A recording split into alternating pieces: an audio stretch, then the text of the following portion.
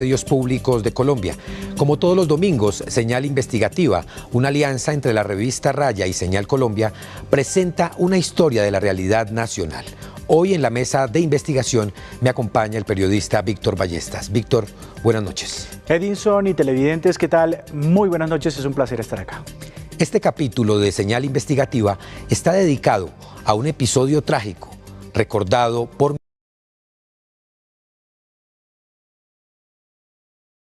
Las gallinas, por ejemplo, son bastante despistadas, tienen memoria de político, que dicen una cosa y al ratico se les olvida. Yo creo que si uno vive en este país, tiene una tarea fundamental que es transformarlo. Doctor para la DEA, doctor para lavar. Ya la guerra en sí dejó de ser un conflicto y se convirtió en un negocio. Un negocio de los norteamericanos y un negocio de algunos sectores colombianos. Esta historia no merece ser repetida. Ser colombiano para nosotros significa tener una astucia terriblemente y casi siempre mal usada. Buenas noches, nuevamente Emerson de Francisco les habla. Es muy grave ese protagonista, ¿no? Mientras los grafitis de la Nacional dicen por el derecho a la vida, adelante. En la Javeriana dice por el derecho a parqueaderos, adelante. Los rotundos les encantan las mechudas de pelo ensortijado y pensamientos vagabundos, ¿no? O sea, uno dice la verdad. Es la primera vez en la historia, yo creo que del país, que a alguien le pagan por ser imprudente en público, ¿no? Por decir lo que sabe y por decirlo como lo supo. A mí me gustaría no morir en la historia, pero creo que es un reto muy grande y además muy ambicioso. El 13 de agosto de 1999, hace 25 años, el país se conmocionó con el asesinato de Jaime Hernando Garzón Forero. A las 5:45 de la mañana, mientras conducía una camioneta Cherokee verde en la capital del país, fue detenido por dos sicarios que se movilizaban en una motocicleta blanca, quienes tocaron el vidrio de su carro y le propinaron 5 disparos. Ese día inició un largo proceso judicial en busca de la verdad, en busca de saber quiénes habían sido los asesinos, quienes estaban interesados en silenciarlo. Alfredo Garzón habló en exclusiva con Señal Investigativa desde Pereira, la ciudad donde reside, sobre su hermano y las circunstancias que rodearon el asesinato y sobre todo sobre ese sinsabor que queda porque algunos de los personajes señalados de participar en el crimen o no han sido tocados o aunque están detenidos, no han estado nunca en una cárcel. No ha habido justicia porque José Miguel Narváez está protegido por los ahora llamados determinadores, autores intelectuales del crimen. Por eso no ha estado ni un solo día en la cárcel. Él vive en un batallón, no siendo militar, y supongo que continúa con su labor de adoctrinamiento de las Fuerzas Armadas en guerra psicológica, en todas sus especialidades, ¿no? Tiene 4 procesos encima, esta condena, pero eso no, para esa justicia esto no significa nada. Vamos a profundizar esta conversación con Alfredo Garzón en el transcurso de este capítulo. Por ahora, veamos la historia de ese hombre que él menciona, José Miguel Narváez, el famoso asesor de las fuerzas militares y es subdirector del DAS, la única persona que hasta ahora está condenada por este crimen a 30 años de prisión. Sin embargo, su sentencia la cumple en la Escuela de Comunicaciones del Ejército, ubicada en Facatativá. ¿Quién es este personaje y por qué goza del privilegio de no estar tras las rejas, sino en una guarnición militar?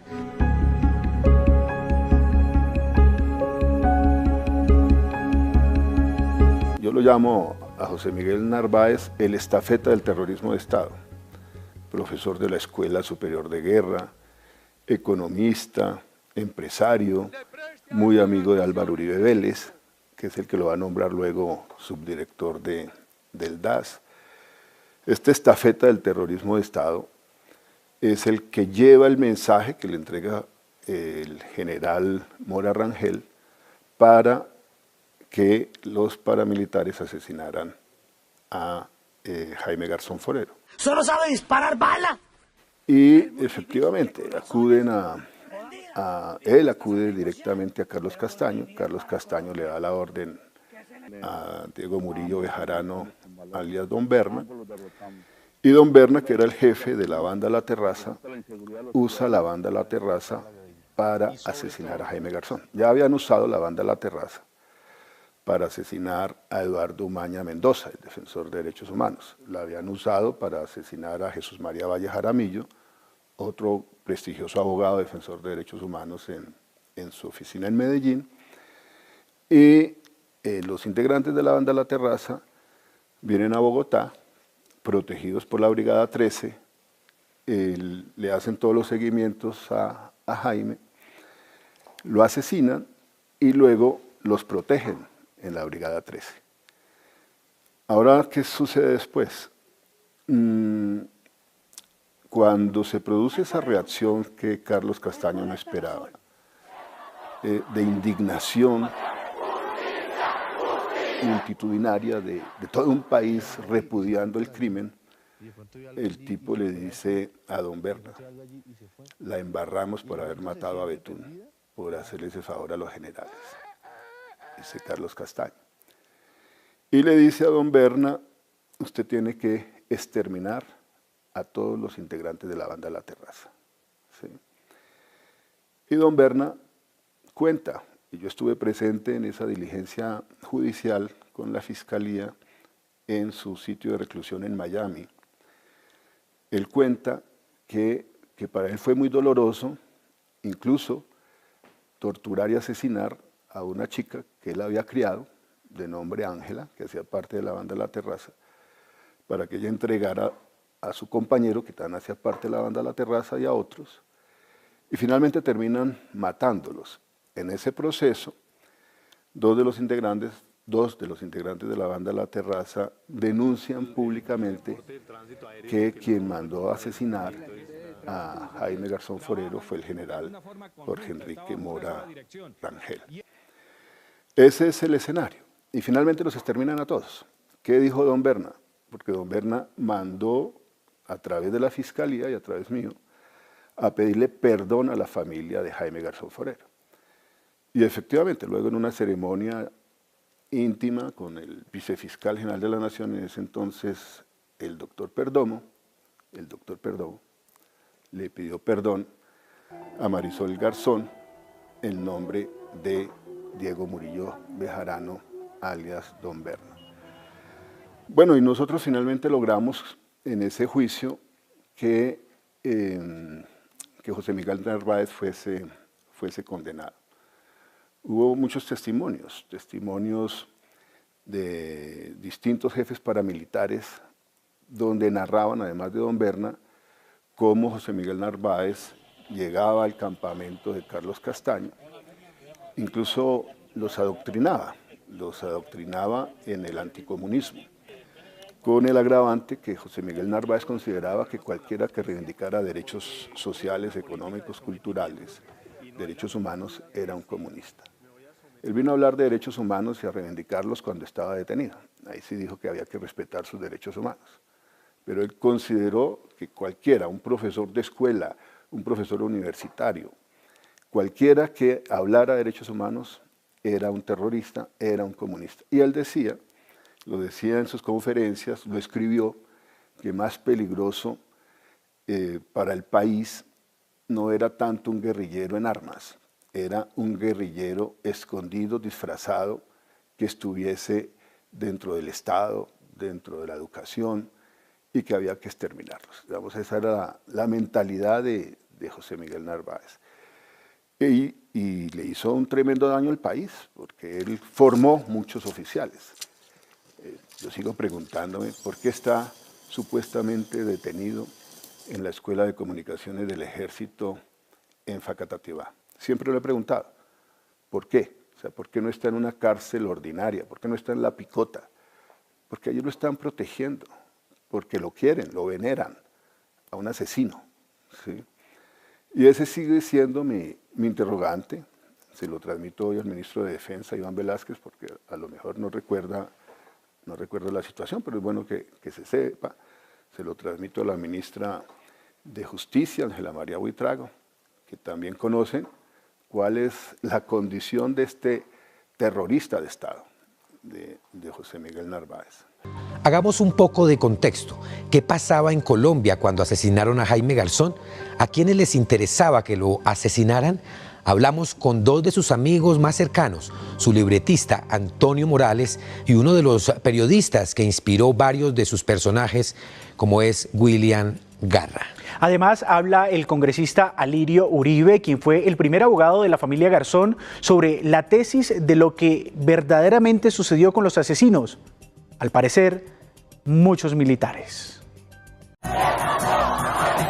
Ya la guerra en sí dejó de ser un conflicto y se convirtió en un negocio de los norteamericanos y un negocio de algunos sectores colombianos. Nosotros no sabemos si somos mestizos, si somos españoles, si somos... Y sin embargo seguimos rindiendo un tributo y un respeto a esa clase alta dueña del poder. Está con nosotros Jaime Hernando Garzón Forero. Bienvenido, mi querido.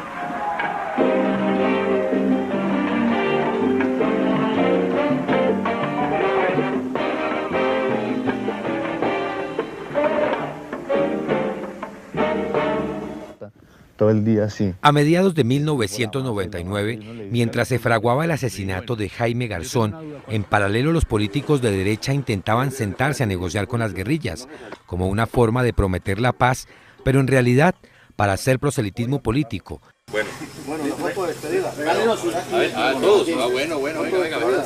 Esta la foto, al primero, a ver. A ver, aquí, bueno, mirando allá. Bueno, muy bien, entonces nos vemos esperamos el 7 de agosto y empezar a gobernar. Y a alcanzar la presidencia de la República. Y recuerden, con el 1 más 1 haremos el cambio. ¿Juráis sostener y defender la Constitución y las leyes de la República y desempeñar fielmente los deberes del cargo? Sí, juro. Curiosamente, el presidente creo que es un fan total de Cuac. Para entonces, Jaime Garzón ya era un fenómeno en la televisión, un informador para el pueblo, pero un enemigo para ese proyecto político paramilitar. Todo el país, y la guerra no ha disminuido. Entonces, si la guerra continúa, si la guerrilla sigue burlándose del país y el gobierno sigue entregando a la nación, ¿cómo vamos a pretender quedarnos quietos? Álvaro Uribe Vélez, lo mejor. Álvaro Uribe, bla, bla, bla, bla. Y si no analizar Uribe es peligrosísimo. Un proyecto que tuvo el apoyo decidido de militares y de sus asesores, quienes desde entonces se mostraron complacidos con la guerra como un negocio. Yo estaba en Arauca en un proceso de liberación de dos policías que tenía el ELN. Jaime me llamó, entonces me dijo, hermano, el sábado me voy a encontrar con Castaño. Yo le dije, marica, ¿y usted por qué va a ir allá? No, que es que ya finalmente cuadramos, yo hablé con él me prometió que, como me había dicho, que me cumplía la palabra de que no me iba a hacer absolutamente nada. Yo le dije, Jaime, ¿por qué no me espera y yo voy? Dijo, no, porque yo ya tengo que ir el sábado. Eso hablamos fue el jueves. Entonces le dije, bueno, ¿y qué? ¿De qué va a hacer? Dijo, no, Castaño me dio la cita con un solo compromiso, con una sola promesa.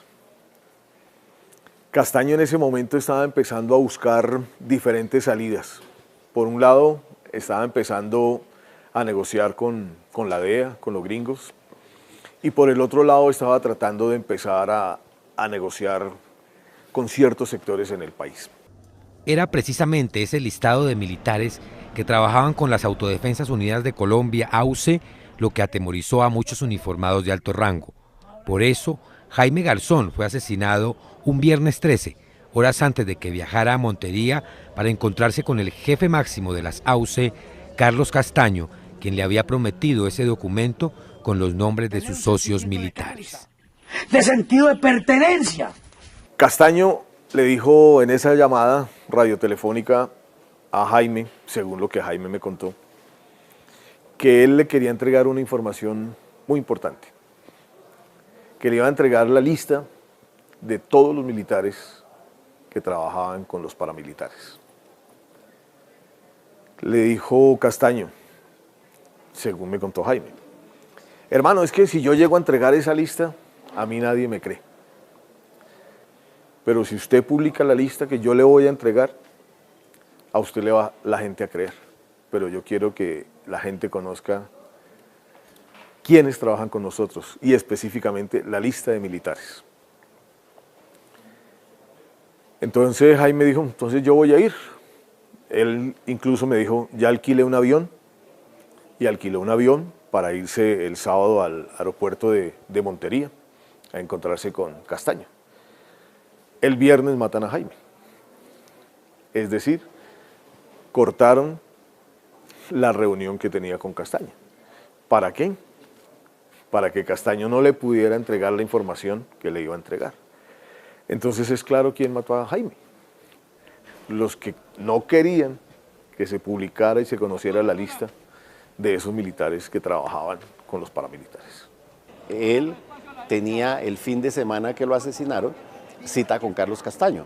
Entonces la pregunta es, ¿por qué lo matan antes de ir a la cita, digamos? Porque la había logrado conseguir. Entonces, desde mi punto de vista, lo que se quería era mandarle también un mensaje a los periodistas. Yo creo que, por ejemplo, La Bomba, El Espectador, el asesinato del director del Espectador, el asesinato de Jaime Garzón, fueron componentes estructurales para silenciar a la prensa en Colombia.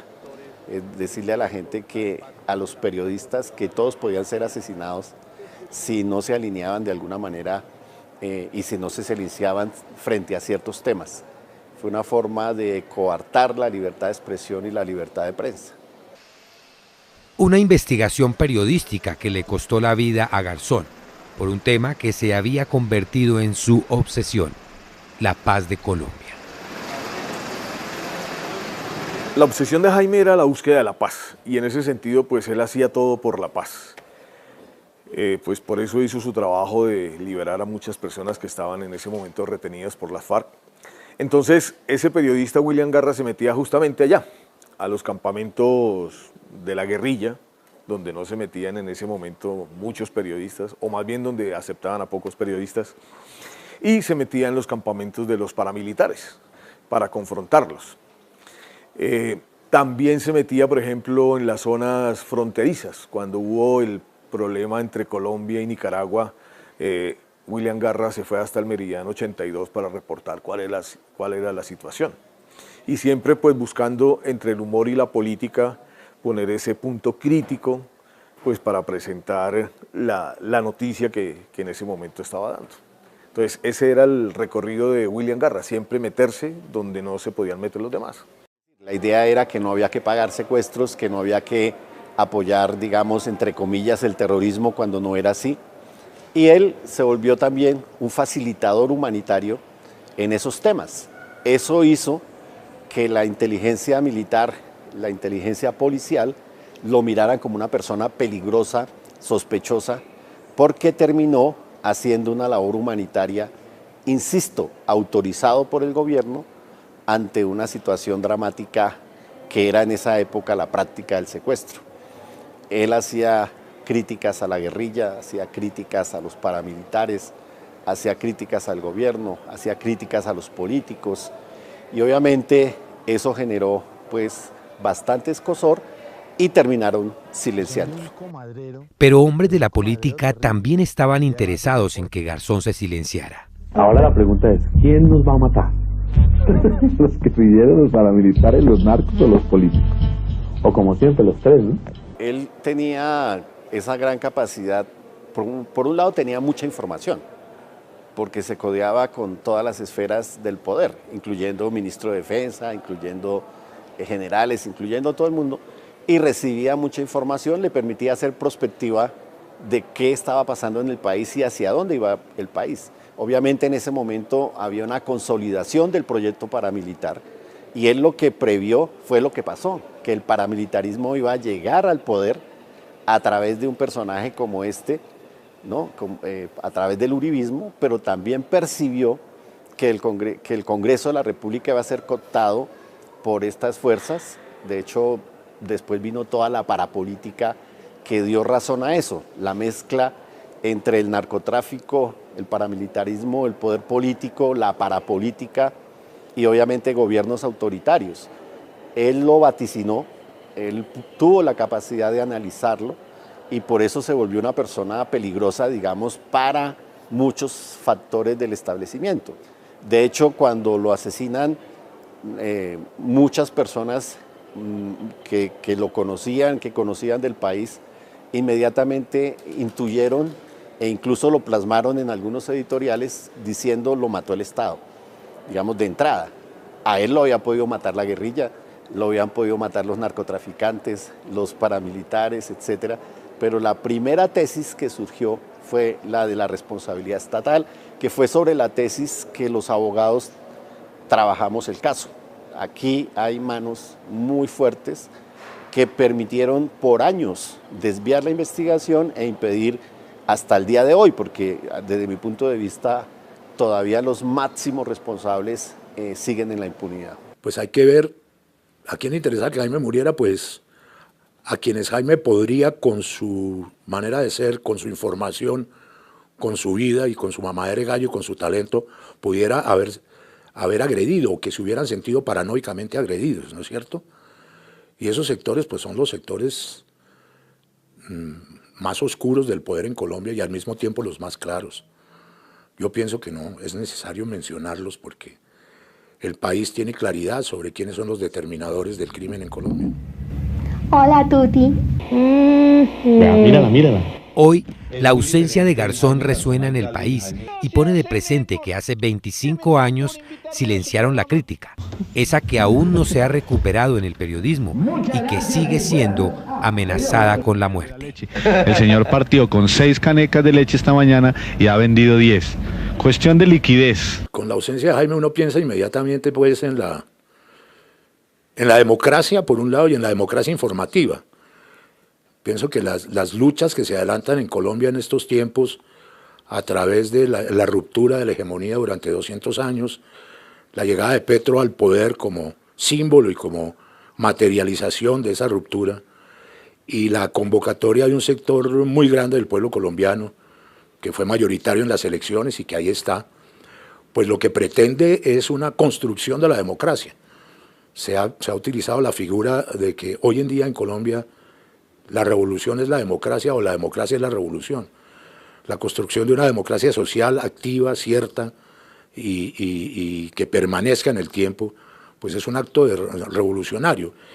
Y a la par de eso uno puede pensar en nuestro ámbito pues de los medios de comunicación y pensando en la memoria de Jaime, que buena parte de esa ampliación de la democracia pasaría por la consolidación de una democracia informativa que cada vez está más destruida, es decir, la monopolización de una sola idea, de una sola manera de ver las cosas en los medios de comunicación, que ni siquiera ya son medios de comunicación, sino que son activistas y militantes de la oposición contra el gobierno de Petro. Buenas noches, nuevamente Emerson de Francisco les habla miércoles de 1991. Vamos a una primera pausa institucional y quédese con nosotros porque volvemos para profundizar sobre la alianza criminal que se configuró para asesinar a Jaime Garzón hace 25 años. Ya volvemos.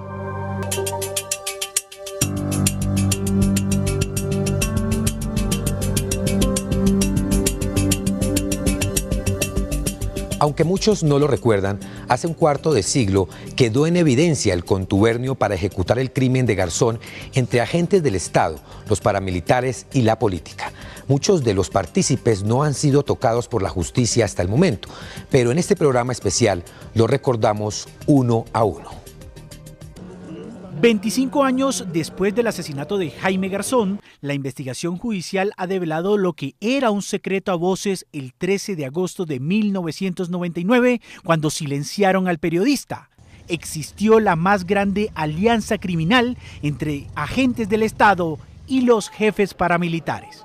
Bueno, yo creo que el crimen de Jaime Garzón fue un crimen de Estado y eso implica pues la convergencia de diferentes actores en su homicidio. Por un lado participaron integrantes de una banda criminal como la banda La Terraza, que estaba, digamos, bajo la jerarquía de los grupos paramilitares de Medellín y de Carlos Castaño en la época de los hechos, pero también convergieron diferentes actores estatales, entre ellos integrantes de la fuerza pública y actores civiles.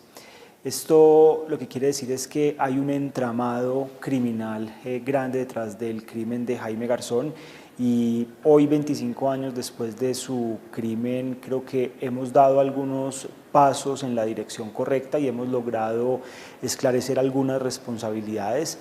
El colectivo de abogados José Alvear Restrepo, conocido como Cajar, ha sido el encargado de acopiar todo el expediente Garzón, que detalla con nombres propios y hechos cómo se urdió el plan para asesinarlo.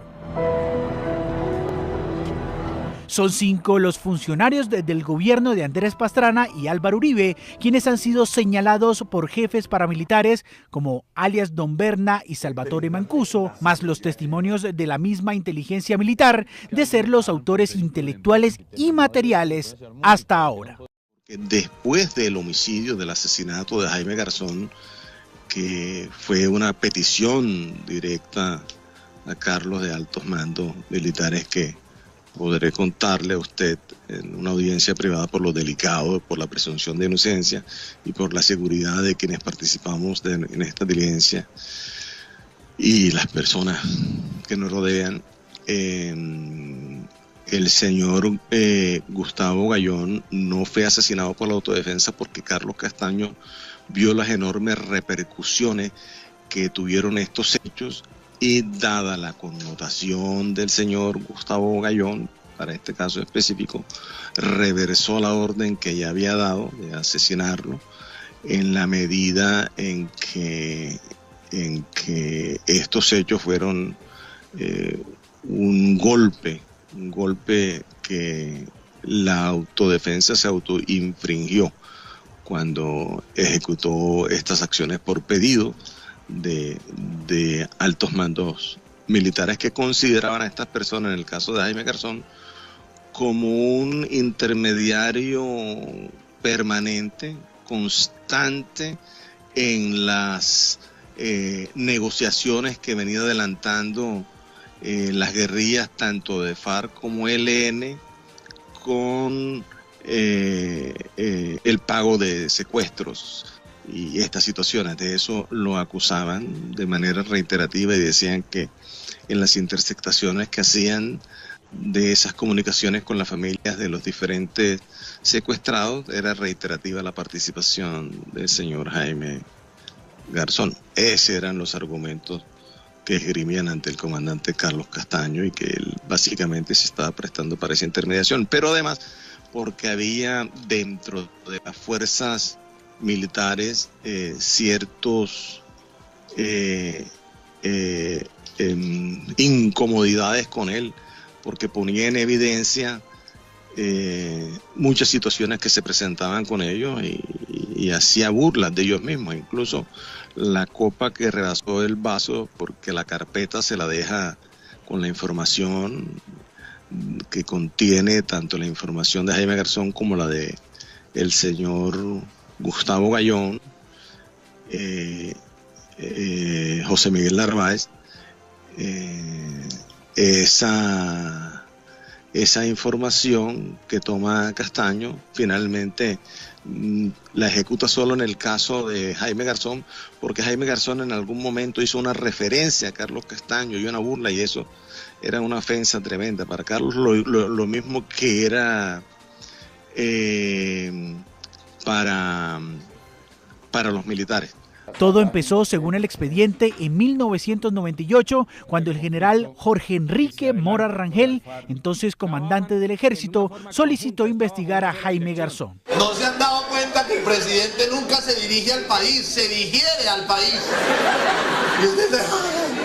El rol del periodista como mediador en la liberación de secuestrados por la guerrilla, autorizado por el gobierno de la época, al general Mora le pareció sospechoso. Fue una de las personas que desde estos sectores reaccionarios de la institucionalidad cuestionó la labor de Jaime Garzón en la intermediación con grupos armados, particularmente con las FARC, para la liberación de secuestrados, pero también por su rol como facilitador de los diálogos a favor de la paz, en concreto también con actores como el ELN.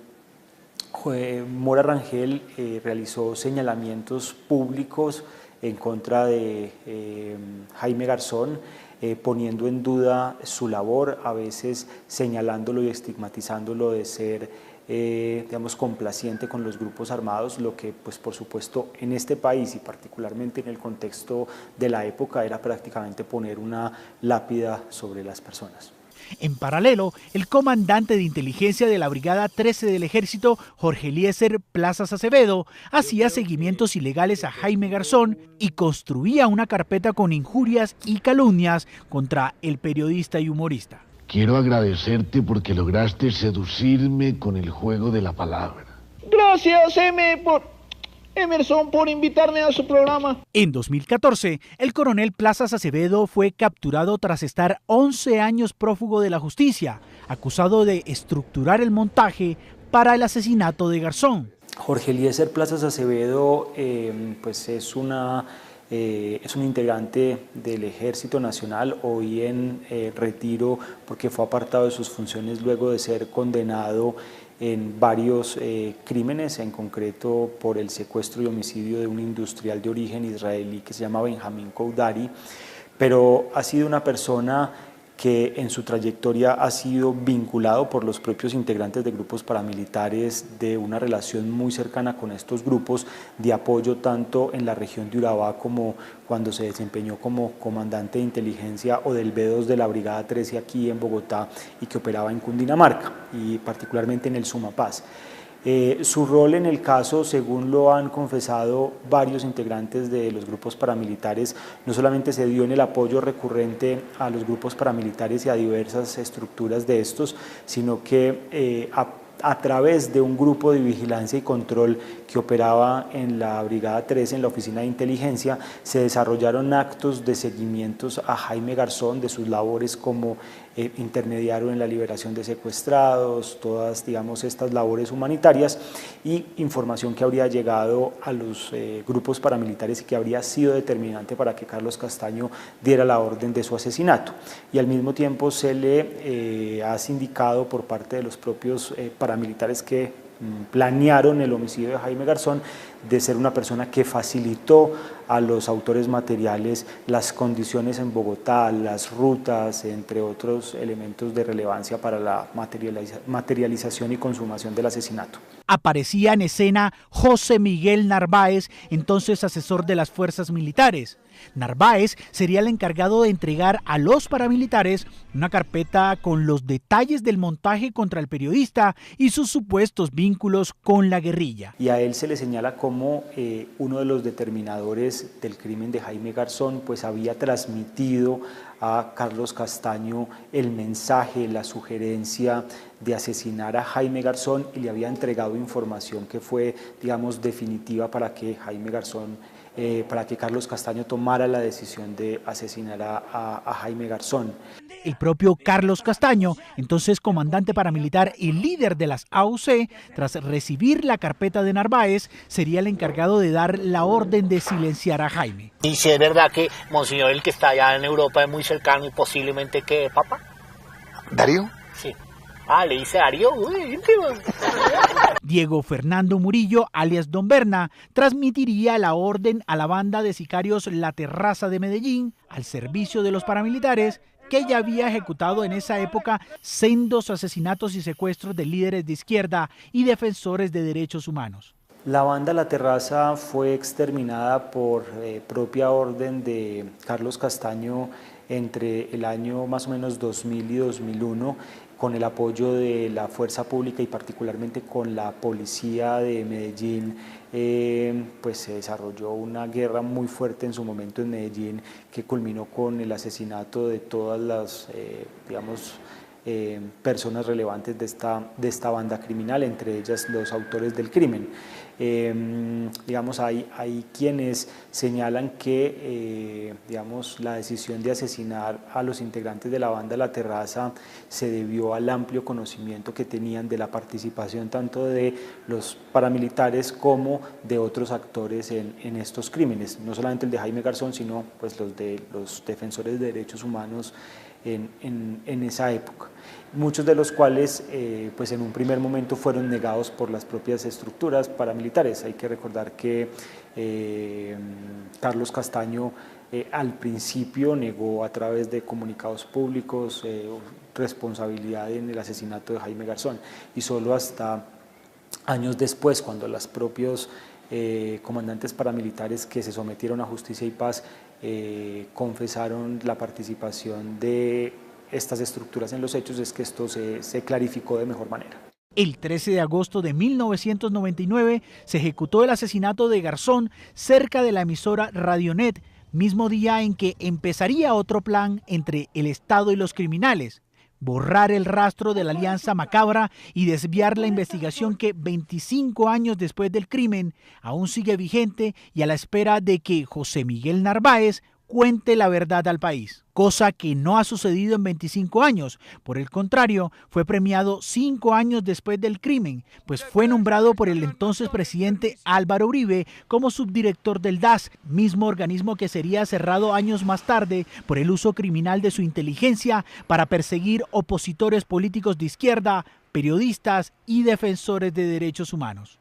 En 2021, la Corte Suprema de Justicia condenó a Narváez a 30 años de prisión por este crimen, pero desde entonces está detenido en la Escuela de Comunicaciones del Ejército en Facatativá, donde permanecerá hasta sus 95 años si no es trasladado a una cárcel con barrotes.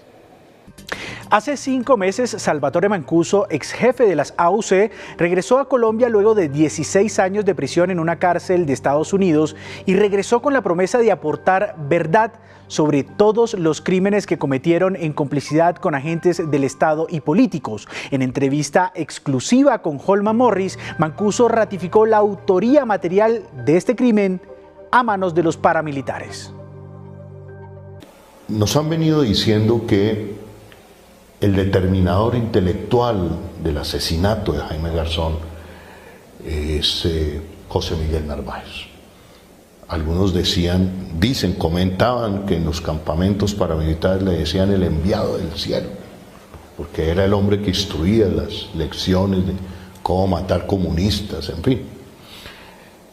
Pero que él haya sido el único determinador intelectual del asesinato de Jaime Garzón, difícil creerlo. Sobre eso, ¿qué podemos decir, Salvatore Mancuso? Lamentablemente, nosotros tuvimos como autodefensa responsabilidad en esos hechos. Directamente no yo, pero sí las autodefensas a través de las órdenes dadas por el comandante Carlos Castaño. Es un hecho doloroso que aún hoy, 20, 25 años después, sí, casi 25 años creo yo, fue en el 98, 99, no recuerdo con exactitud, nos embarga de dolor, de pena, de luto, de un ejemplo claro de lo que no debe ser, de lo que no debe hacerse. Los conflictos armados hay que parar, existen maneras diferentes de solucionar las diferencias. Vamos a una segunda pausa institucional y al regreso les compartiremos la segunda parte de la entrevista exclusiva con Alfredo Garzón, quien entregó detalles de la obra de arte que hizo junto con su pareja en homenaje a su hermano Jaime. Ya volvemos.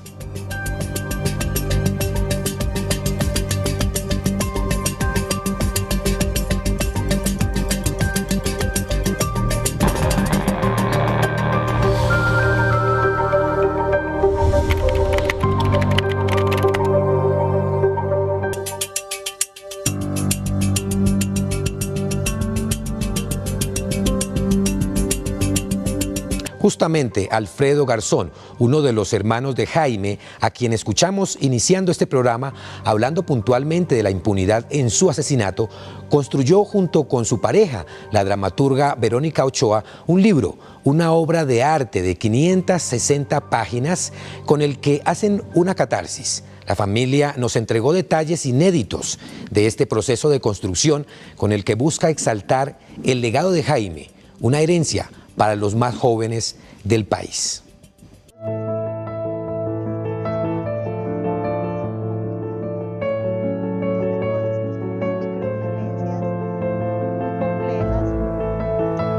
un poco, pues nada, empezamos como a imaginar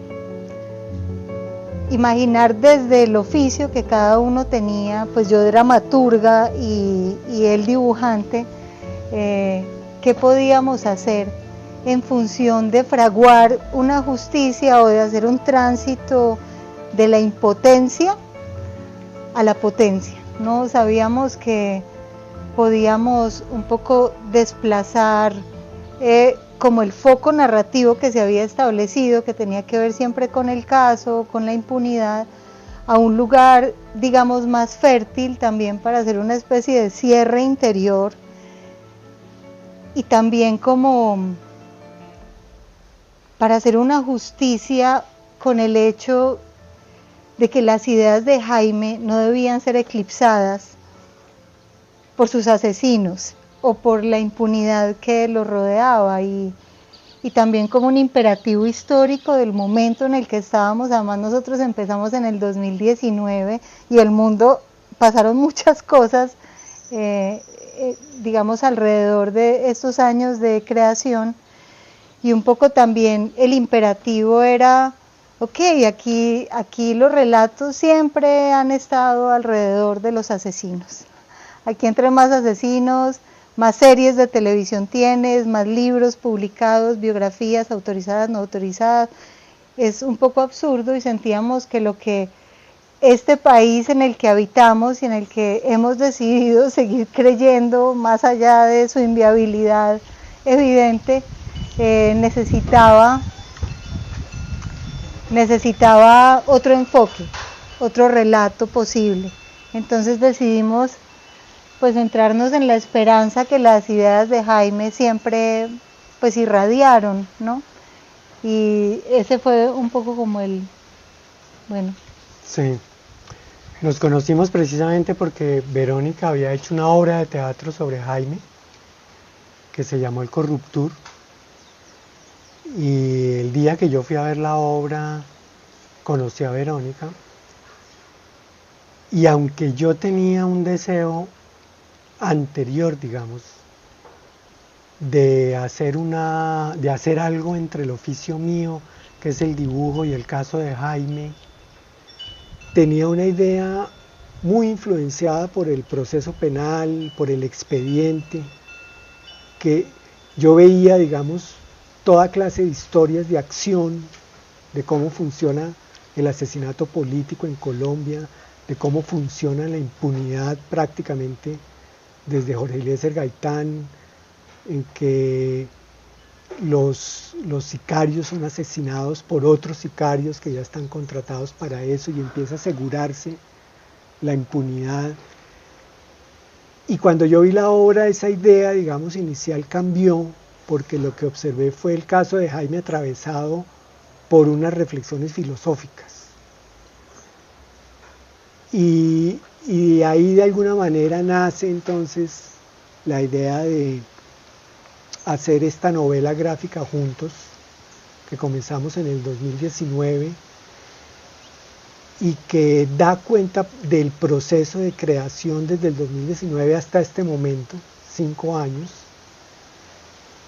en que, como dijo Verónica, pasamos de la impotencia a la potencia, de la muerte a la vida. Y eso fue posible, pues, gracias a que en el proceso de creación hay una libertad tan grande de transitar este duelo, que es un duelo imposible en los términos tradicionales en que se entiende el duelo y se convierte en otra cosa, por eso el libro se llama así, Garzón, el duelo imposible. Decía, nos dimos cuenta de que en medio de esa libertad tan grande es posible la creación y es posible una justicia poética para Jaime, ya que no fue posible la otra.